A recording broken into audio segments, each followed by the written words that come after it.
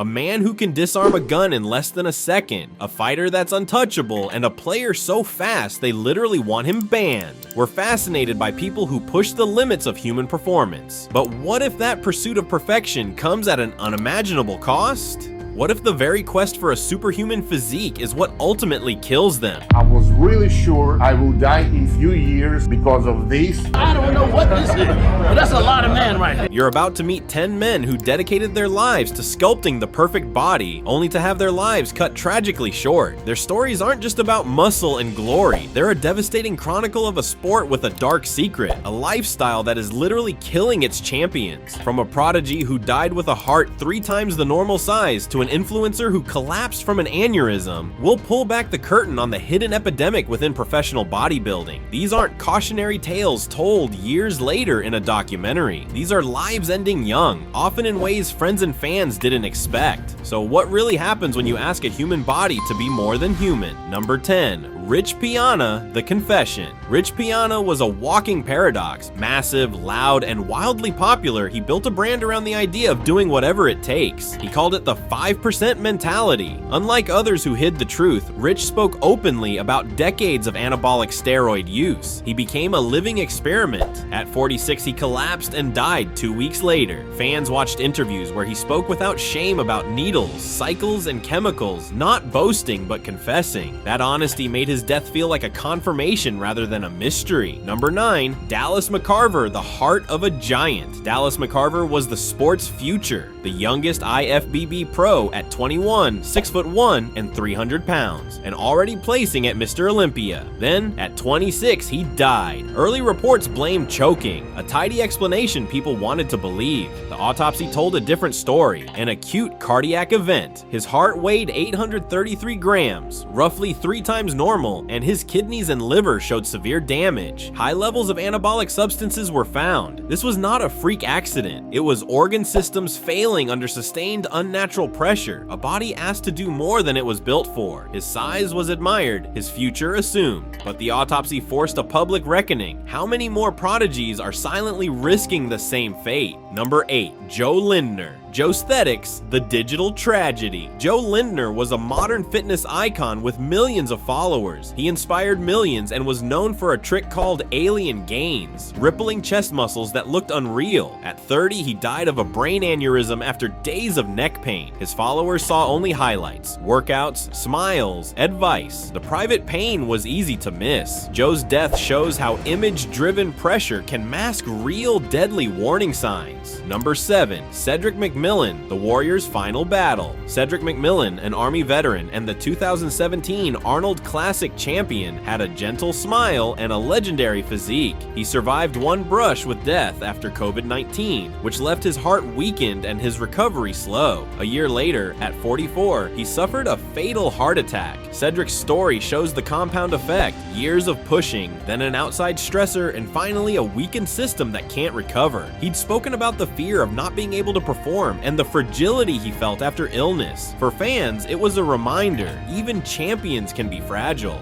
Number 6. Justyn Vicky, the preventable tragedy. Justyn Vicky, a safety-minded influencer who warned that heavy squats were dangerous as hell, died while squatting 450 pounds. He lost balance. The bar crushed his neck and fractured his cervical spine. Emergency surgery couldn't save him. His death was immediate and preventable, a stark lesson about complacency and the real cost of skipping basic safety measures. The video of the accident is harrowing. It shows how margins for error with heavy weight are vanishingly small. Prevention would have meant less spectacle, but a living man. Number 5. Poloczek, the silent collapse. Poloczek died at 37, hours after competing in Germany. He'd won his pro card in 2017. Officials never released a cause of death, and that silence fuels suspicion. Contest prep often involves dehydration, electrolyte imbalances, extreme dieting, and drug cycles. When organizers and federations withhold information, it keeps the sport trapped in dangerous routines. When deaths are unexplained, the sport loses a chance to learn. Families deserve answers, competitors deserve safer rules. Number 4. George Peterson, Da Bull, the losing battle.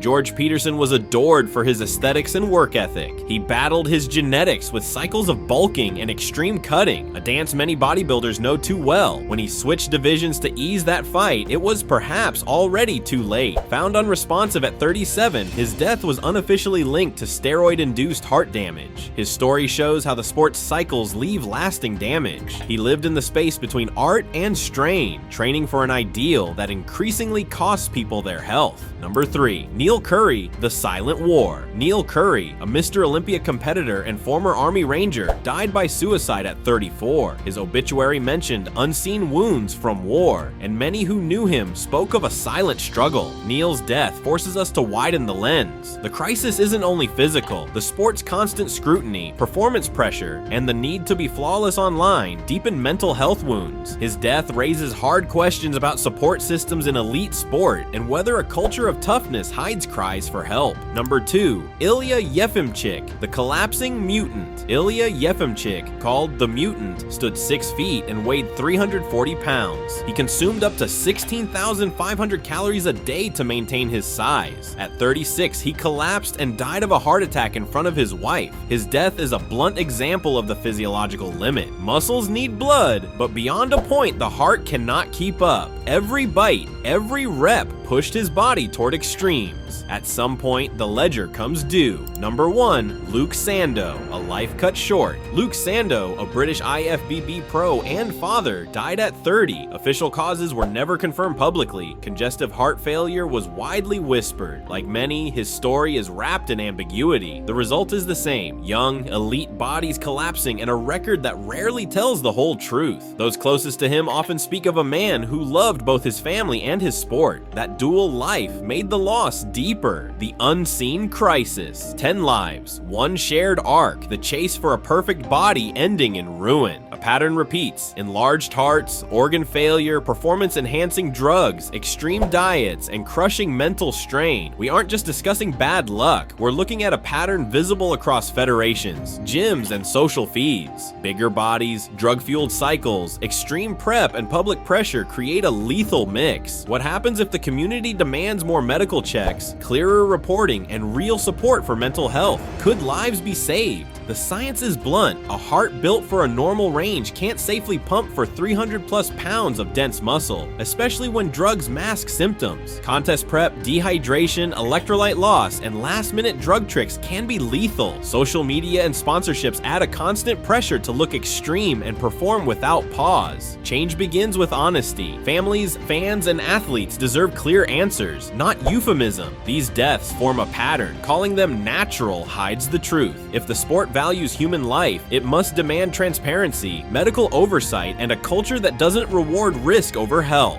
This isn't a call to shame those who chase excellence. It is a call to value the person behind the trophy. If the sport wants to survive with integrity, it must face the cost of its extremes. The legacy of these 10 men is more than trophies and followers. It's a warning. When the prize is a body that biology didn't design for, the cost is sometimes fatal. We raise these men to idol status. The least we can do is learn from their ends and demand a safer future for those who follow. Remember them.